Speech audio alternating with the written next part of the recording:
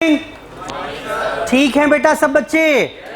चलिए फटाफट से शुरुआत करेंगे। यहां पर टॉपिक खत्म करने की तरफ बढ़ रहे हैं। टॉपिक चल रहा था हमारे पास इशू ऑफ मैंने कुछ डिबेंचर इशू किए 10%, 1000 डिबेंचर्स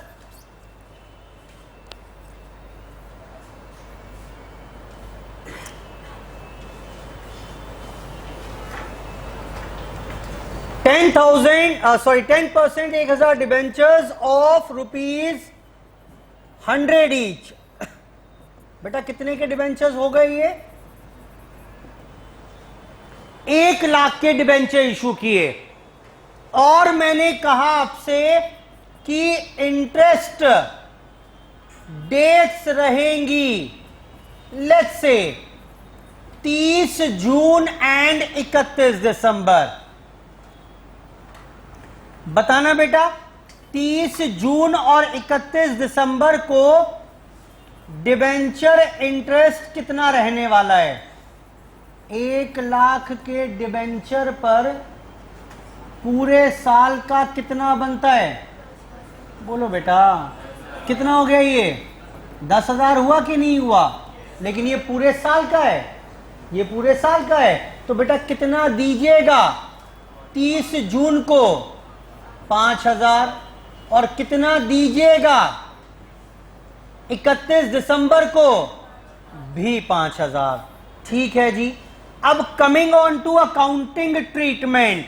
बेटा एंट्री बताना क्या होगी 30 जून की? डिबेंचर इंटरेस्ट खर्चा है मेरा, लोन लिया है, ब्याज देना पड़ेगा, खर्चा है और ये देना ही देना है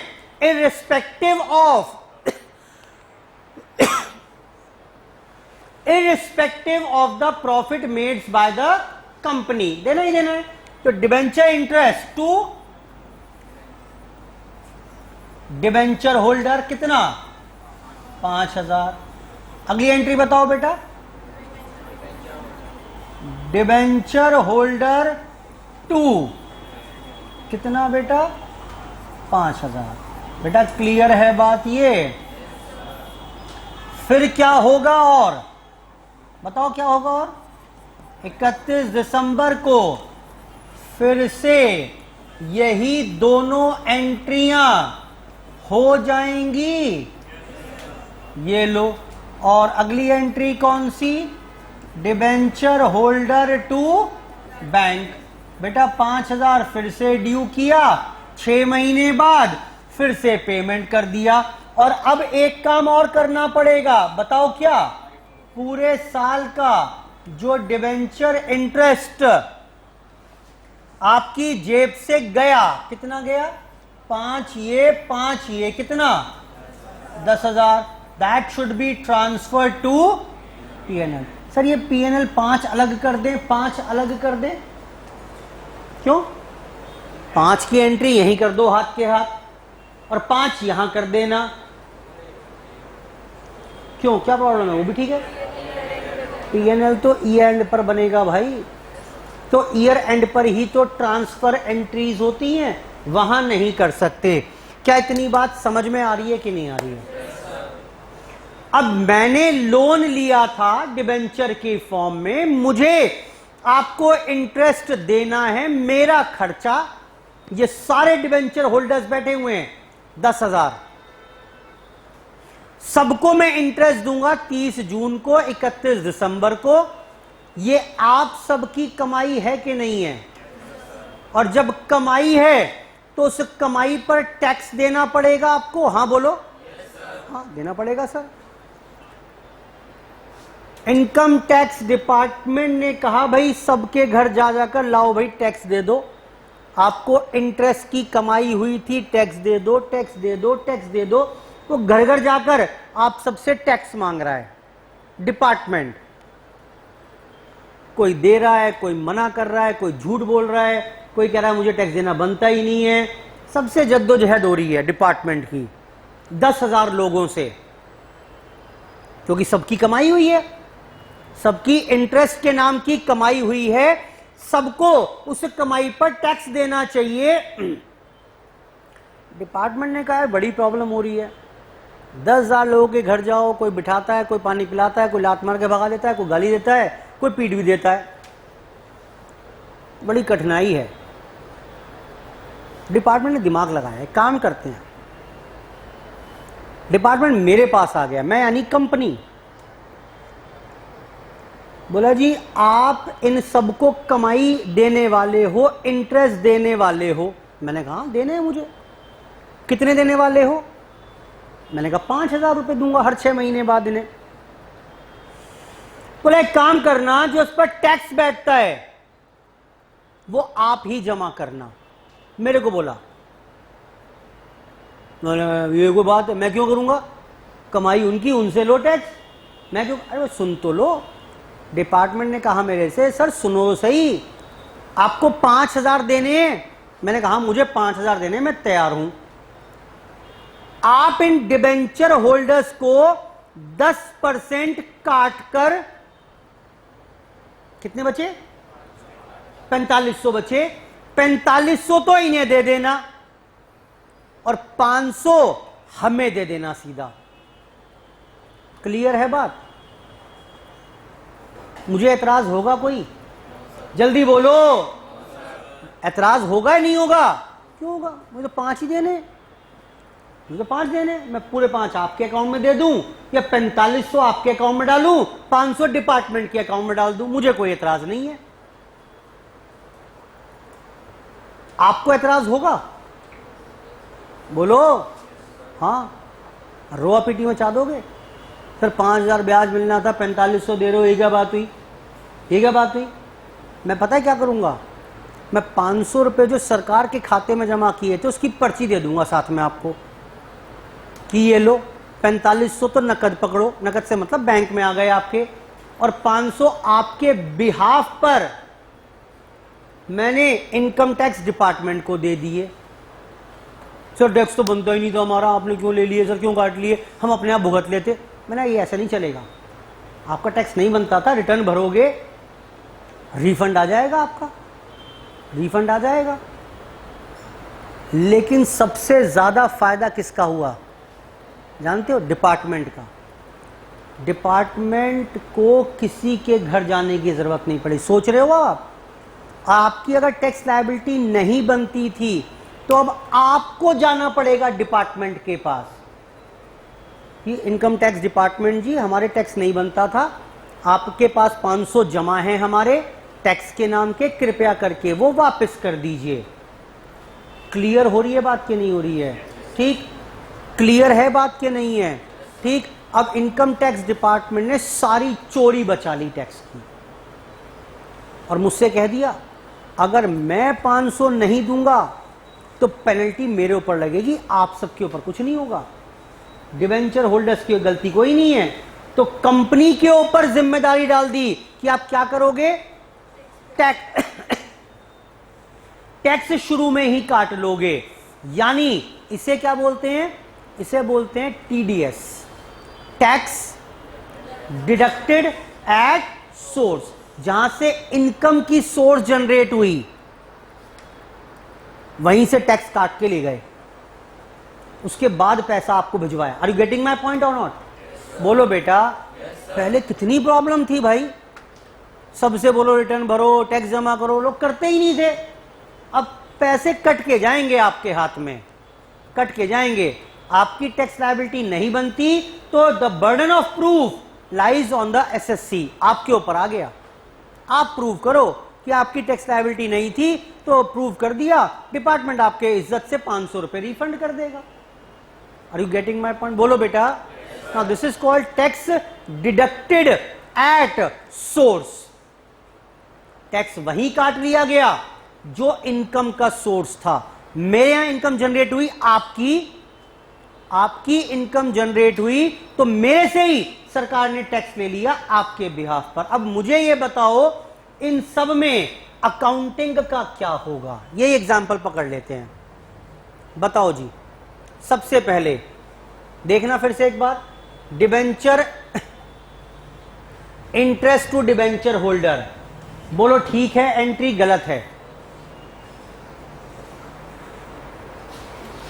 बोलो बेटा, 5,000 रुपए मैं कह रहा हूं ब्याज के नाम के, मुझे आपको दिलवाने हैं। बेटा ठीक है गलत है? ठीक है। अब आई पेमेंट की बात। तो डिबेंचर होल्डर टू बैंक, बेटा पेमेंट कितना करूंगा मैं इस बार? कितना करूंगा जल्दी बोलो? 4500 पेमेंट करूंगा। मैंने कहा डिबेंचर होल्डर जी 5,000 देने हैं आपको, लेकिन मैं 5 नहीं भेज रहा, मैं आपके खाते में कितना भेज रहा हूं? 4500 भेज रहा हूं। डिबेंचर होल्डर ने कहा बाकी क्या? मैंने कहा बाकी टीडीएस पेबल, मैं सरकार के खाते में 500 जमा कर दूंगा। 5,000 देने, 4500 आपके खाते में पहुंच गए, चेक करो, और 500 आपके बिहाफ पर मैं सरकार को जमा कर दूंगा। क्लियर है बात के नहीं है? और फिर क्या करूं उसके बाद में? पेमेंट, टीडीएस की पेमेंट कराओ। अब अगली एंट्री बताओ। TDS payable debit 500 to bank 500। देखो अल्टीमेटली मेरा क्या गया, मैं पहले एंट्री कर रहा था डिबेंचर होल्डर टू बैंक 5,000 से, कुल मिलाकर बैंक से कितने गए? बैंक से तो अब भी 5,000 गए। हाँ बोलो। टीडीएस पेबल क्रेडिट डेबिट खत्म हो गया। तो यही पुरानी वाली एंट्री है बस। भाई इतनी बात हुई है नहीं कि 500 रुपए आपके वाले आपको ना देकर मैंने सरकार डिपार्टमेंट को जमा कर दिए, बस इतनी बात हुई है। कौन सी नई बात आ गई इसमें? बेटा क्लियर है बात? ये टीडीएस जो है ये मेरा खर्चा हो गया ना, बाद में पीएल में ट्रांसफर हो जाएगा। बोलो हाँ। क्या ट्रांसफर करोगे? पहली बात तो क्या ये मेरा खर्चा है? मैं तो 5,000 देने थे, 5,000 दे दिए, मेरे पीएल में कहां जाएगा? और दूसरी बात बचा भी कहां है? 500 क्रेडिट किया, 500 डेबिट किया, टीडीएस का बैलेंस ही कहां है मेरी किताबों में जो पीएल में ट्रांसफर करवाओगे? बोलो बेटा। खत्म बात, खत्म बात। जरा एक बार फटाफट से पढ़ लो, पहले एंट्री एक बार देख लो, लिखा हुआ है मैंने वहां पर, नोट नहीं करना पड़ेगा, उससे बच जाओगे बस। पेज 59 पर सबसे ऊपर, पेज 59 देखना जरा, ये सब लिखा, ये तो बताया मैंने आपको। इंटरेस्ट ड्यू ऑन डिबेंचर, क्या एंट्री होगी? इंटरेस्ट ऑन डिबेंचर टू, ये रहा, कितने से? 5,000 से। फिर पेमेंट ऑफ इंटरेस्ट, क्या सारा कर दें? नहीं, 4500 करेंगे, और बाकी 500 क्या? टीडीएस रोक लेंगे। देखना डिबेंचर होल्डर जी 5,000 बनते हैं, 4500 आपके खाते में डाल दिए, 500 सरकार को भिजवा देंगे। बोलो बेटा। फिर सरकार को भिजवा दिए, TDS paid, remittance tax directed at source with government, TDS payable to bank, और अंत में जितना भी इंटरेस्ट था that will be transfer to PNL account. बेटा क्लियर है? बढ़ूं आगे? चलो अब क्वेश्चन कर लेते हैं एक आखिरी। एक दो बार आया हुआ है यहां से क्वेश्चन, डिबेंचर इंटरेस्ट वाला। क्वेश्चन 13 पढ़िए। 13,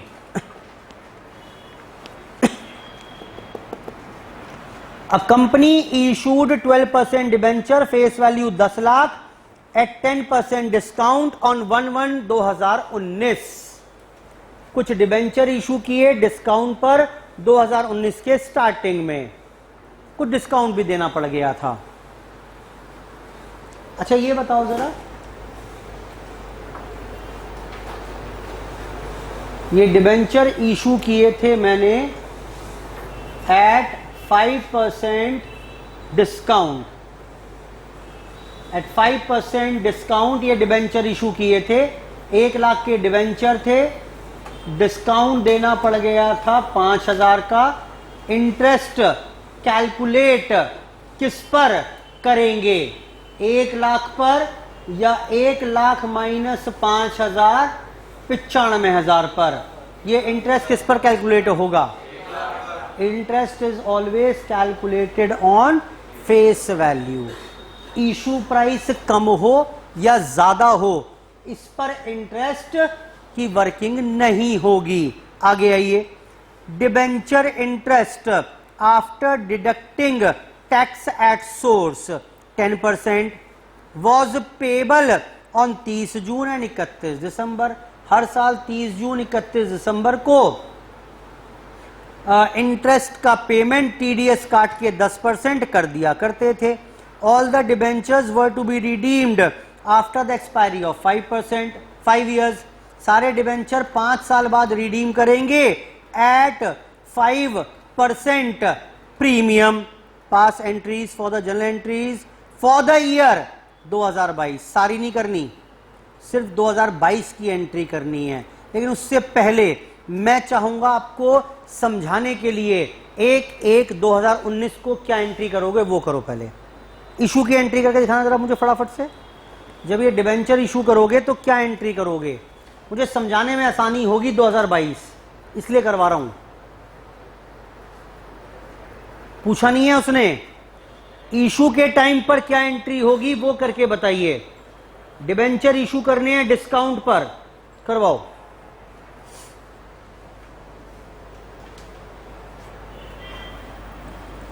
क्वेश्चन नंबर 13 के लिए, ये वैसे ज्ञान बांट रहा हूं मैं, पूछा नहीं है। 1119 bank debit discount on issue debit 2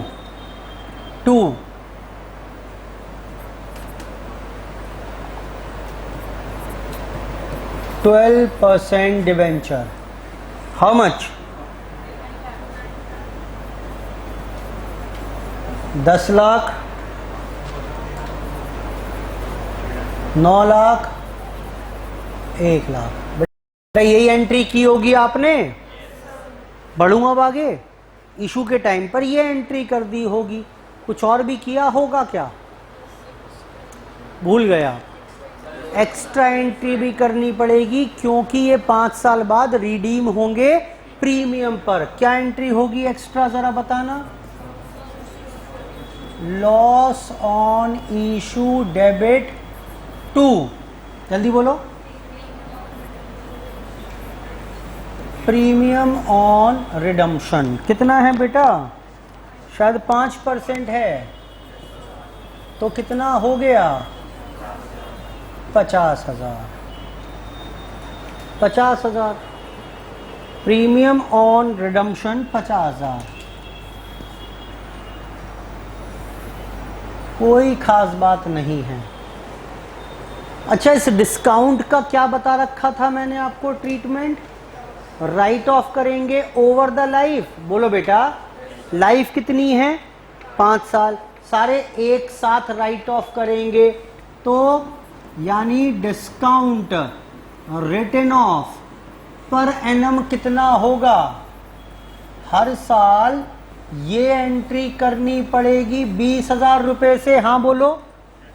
और लॉस ऑन इशू जो बैलेंस शीट में पड़ा हुआ है, मैंने ये बताया था कि this is treated in the same way as discount on issue. तो 50,000 भी राइट ऑफ करेंगे, 5 साल में करेंगे, इक्वली करेंगे। यानी हर साल के अंत पर ये 2 एंट्री होंगी। ये बताने के लिए ही मैंने आपको डेट ऑफ इशू की पिक्चर फ्लैशबैक में जाकर दिखाई है। ये होगा कि नहीं होगा? ये सब सीख चुके हैं भाई हम। अब करो 2022 की एंट्री शुरू करो। 30 जून की करनी है कुछ एंट्री, कुछ 31 दिसंबर की करनी है एंट्री। करवाओ। अब ये सारा वर्किंग नोट था, फ्लैशबैक में ले जाके दिखाया मैंने कि आप 2019 में ये सब कर चुके हैं जब डिबेंचर इशू किए थे।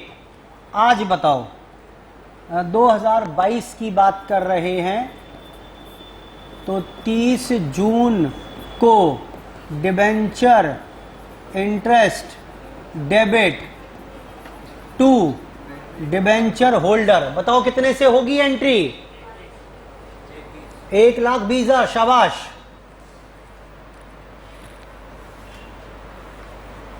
बेटा 1,20 से कर दूं ना? अरे भैया 1,20 तो पूरे साल का ब्याज है, 12% है ना। 10 लाख पर 12% पूरे साल का 1,20 बनेगा। 6 महीने का कितना आएगा?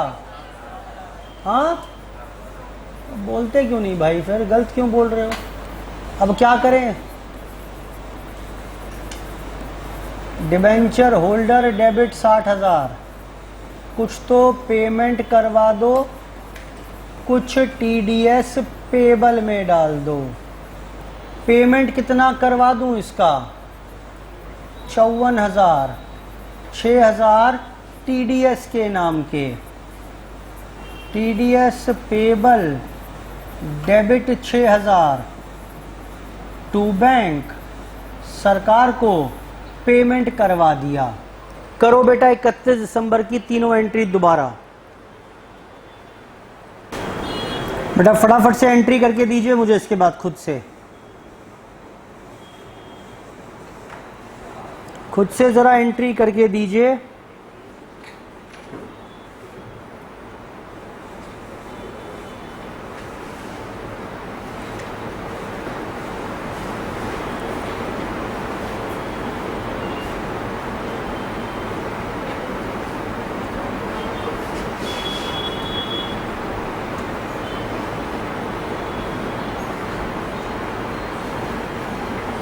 जी बता रहे हैं कुछ? बताना बेटा जरा 31 दिसंबर की क्या एंट्री होंगी? अब डिबेंचर इंटरेस्ट डेबिट कितना आएगा? 60,000।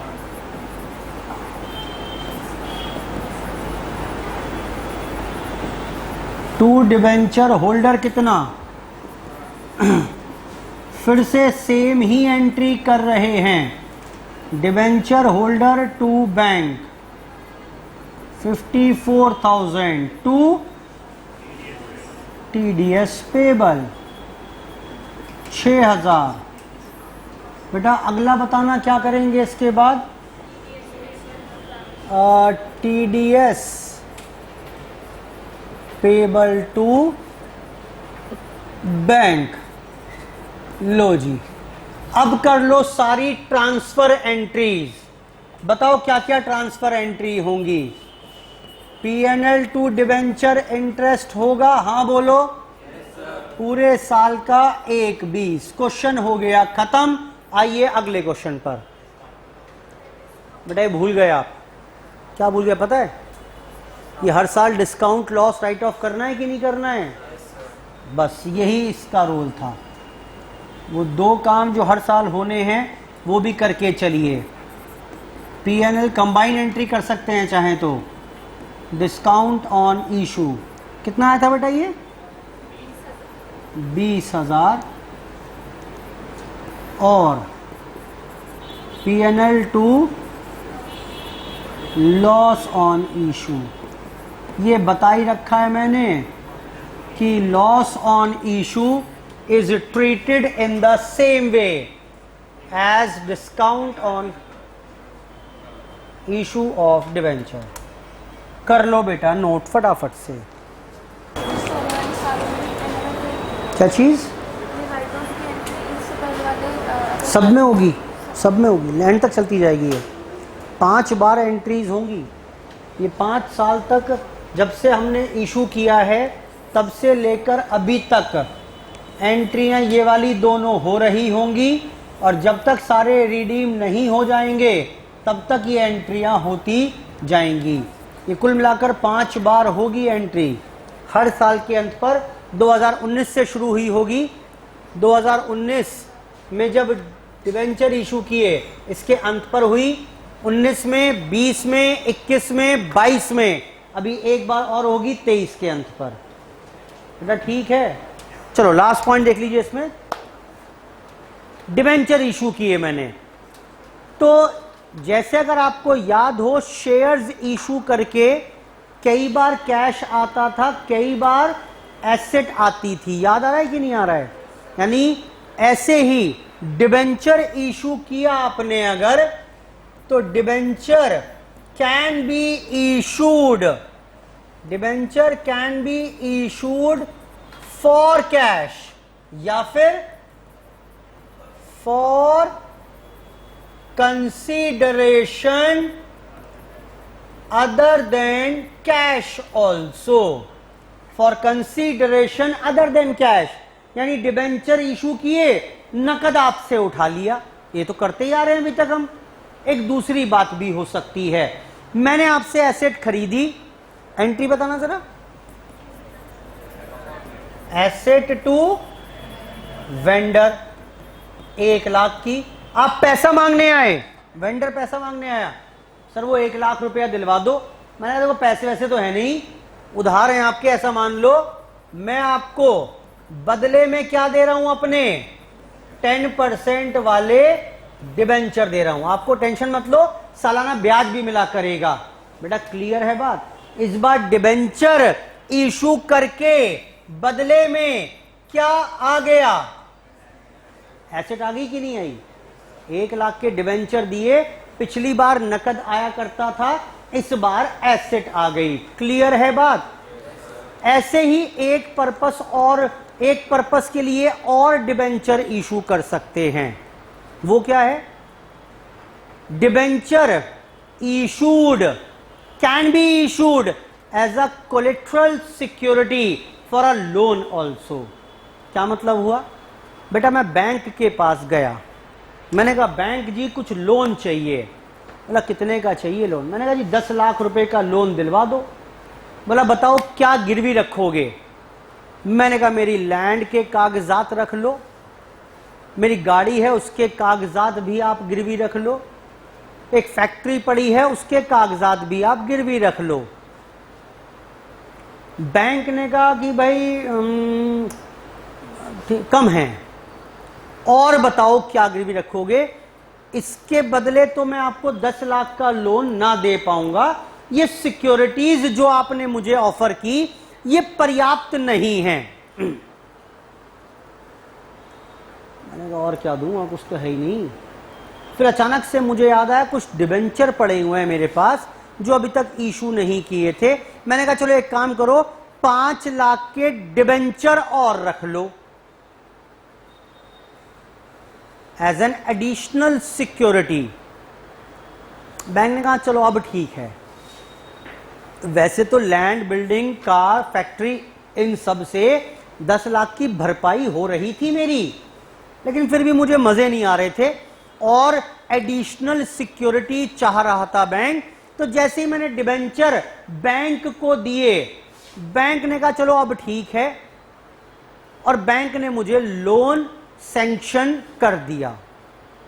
अब मैं समझ में आया, ओहो इसका मतलब बैंक को डिबेंचर बहुत प्यारे हैं। मैंने इतनी सारी चीज दी, बैंक ना माना, लेकिन जब डिबेंचर ऑफर किए तो बैंक झट से मान गया। बेटा मैं अगले महीने फिर से बैंक के पास पहुंचा, मैंने कहा इस बार 1 करोड़ का लोन दिलवाओ। बैंक ने कहा क्या गिरवी रखोगे? मैंने बैंक के मुंह पर डिबेंचर फेंक कर मारे। मैंने कहा ये लो, तुम्हें बहुत प्यारे हैं डिबेंचर, ये डिबेंचर रख लो सिक्योरिटी पर। बैंक ने बेटा क्या किया, मेरे मुंह पर वापस जो हाथ में आया वो फेंक के मारा। बोला भागो यहां से, ये किसने कहा हमें डिबेंचर प्यारे हैं? हमें डिबेंचर पसंद नहीं है बिल्कुल भी। कुछ और एसेट वगैरह लेकर आओ। इन डिबेंचर के बेसिस पर सिर्फ गिरवी रख के लोन नहीं मिलेगा। यानी मैं क्या बोल रहा हूं, debenture can act as an additional security, collateral security, but it can not act as a primary security. बोलो बेटा, तो घर में छाप के ले आओगे आप और 10-20 करोड़ के डिबेंचर, आपकी कंपनी आपको इशू, आपको समझ में आ रहा है कि नहीं आ रहा है? ठीक, तो debenture can only act as a additional collateral security. मैंने इशू कर दिए। अच्छा अब ये बताओ एंट्री क्या करेंगे? एंट्री क्या करेंगे? एज अ कोलेट्रल सिक्योरिटी अगर मैंने दिया तो एंट्री क्या करेंगे? एज कोलेट्रल सिक्योरिटी एंट्री हो जाएगी बेटा bank to bank loan 10 lakh. हाँ बोलो, बैंक से लोन ले आए। अब डिबेंचर देने की क्या एंट्री होगी? डिबेंचर देने की कोई एंट्री नहीं होगी। आपने मालिकाना हक ट्रांसफर नहीं किया।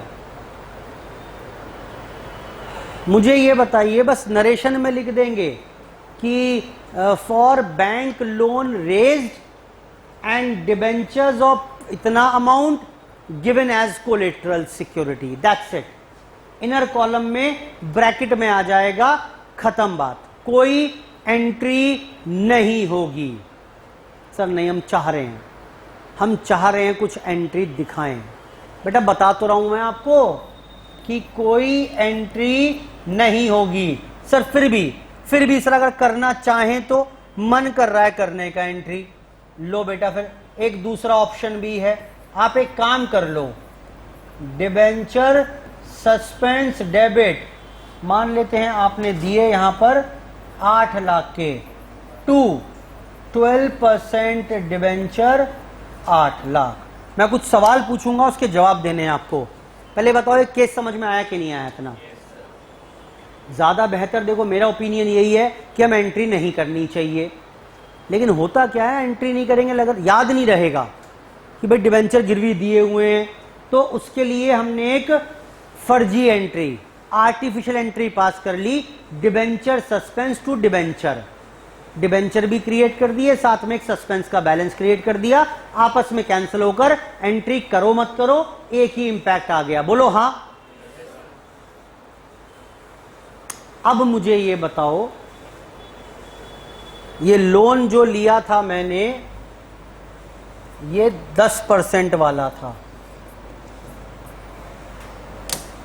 मुझे कितना इंटरेस्ट देना होगा?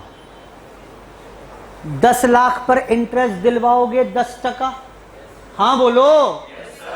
बिल्कुल दिलवाएंगे।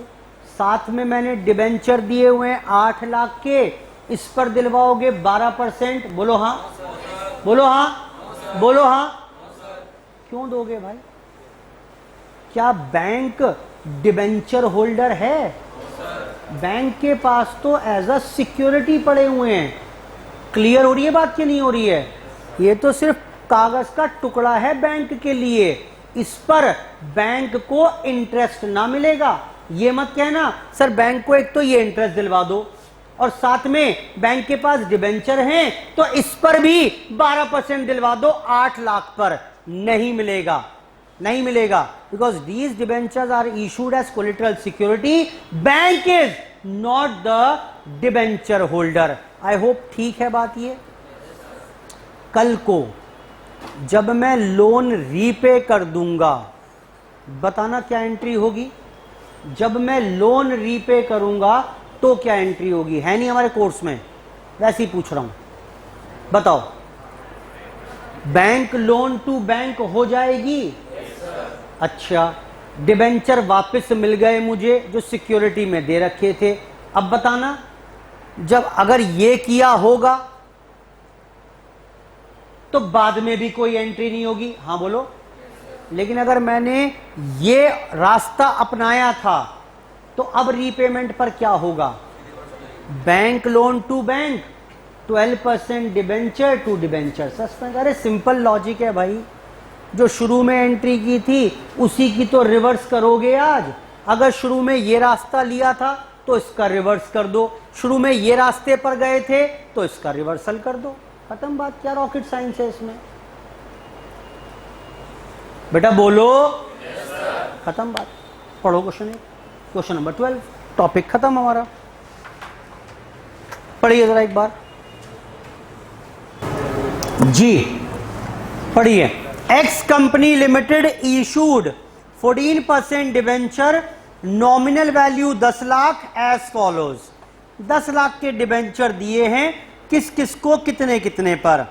To sundry persons for cash, कुछ तो नकद में दे दिए, 90% के हिसाब से दिए हैं 5 लाख के डिबेंचर। एंट्री बताना। जनरल पब्लिक को बैंक में कैश के बदले दिए हैं, 90% पे दिए हैं, यानी 10% डिस्काउंट रहा होगा। एंट्री बताओ। Bank debit 4.5 lakh, discount debit 10,000, 14% debenture 5 lakh, कोई दिक्कत है क्या? अच्छा, 2 वेंडर्स फॉर 2 लाख, वेंडर्स से एसेट परचेज की थी, उनको दे दिए। 2 लाख की एसेट थी, 2.5 लाख नॉमिनल वैल्यू के डिबेंचर दे दिए। करो एंट्री। क्वेश्चन नंबर 12, पहली entry, bank debit 4.5 lakh, discount on issue debit 50,000, to 14% debenture 5 lakh. उसके बाद सन्ड्री एसेट खरीदी थी 2 लाख की वेंडर्स से, सप्लायर से, और इन वेंडर्स को इनके 2 लाख के बदले दे दिए 2.5 लाख नॉमिनल वैल्यू के डिबेंचर्स। ओहो, सस्ते में चलेगा, इसका मतलब 50,000 रुपये डिस्काउंट ऑन इशू। देख के बताओ पॉइंट ए और बी पहले। मेरे ख्याल से कोई दिक्कत है नहीं, आ चुका है क्वेश्चन एग्जाम में, इसके ऊपर एग्जाम में क्वेश्चन आ चुके हैं। Last, to the bankers as collateral security for a loan of 1 lakh, 2.5 lakh के डिबेंचर दिए। देख रहे हैं, एडिशनल सिक्योरिटी, 1 लाख का लोन लिया, 2.5 लाख के डिबेंचर बैंक ने रखवा लिए। प्राइमरी सिक्योरिटी तो मांगी ही होगी, 2.5 लाख की कोलेटरल सिक्योरिटी और मांग ली। बताना एंट्री क्या होगी बेटा? बेटा मदद तो कर दो थोड़ी सी। हाँ जी, bank debit 1 lakh to bank loan how much? 1 lakh. और जो डिबेंचर दिए उसका क्या करेंगे? या तो नो एंट्री कर दो, आप एग्जाम में आएगा दोनों काम करके दोगे। Option 1 no need to pass any entry, या ऑप्शन 2 क्या कर सकते हो आप? Debenture suspense debit 2.5 lakh to 14% debenture 2.5 lakh, debenture issued against loan as a collateral security. लो जी, खत्म बात, चर्चा समाप्त हमारी।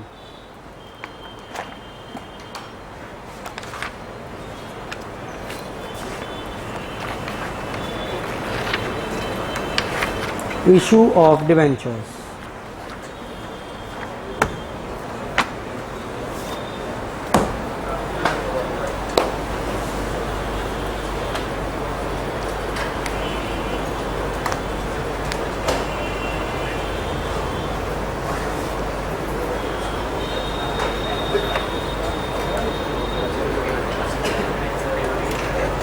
सुनिए बेटा, इसके साथ ही हमारी चर्चा यहाँ पर डिबेंचर्स भी फिनिश हो गया। धन्यवाद, बाय बाय।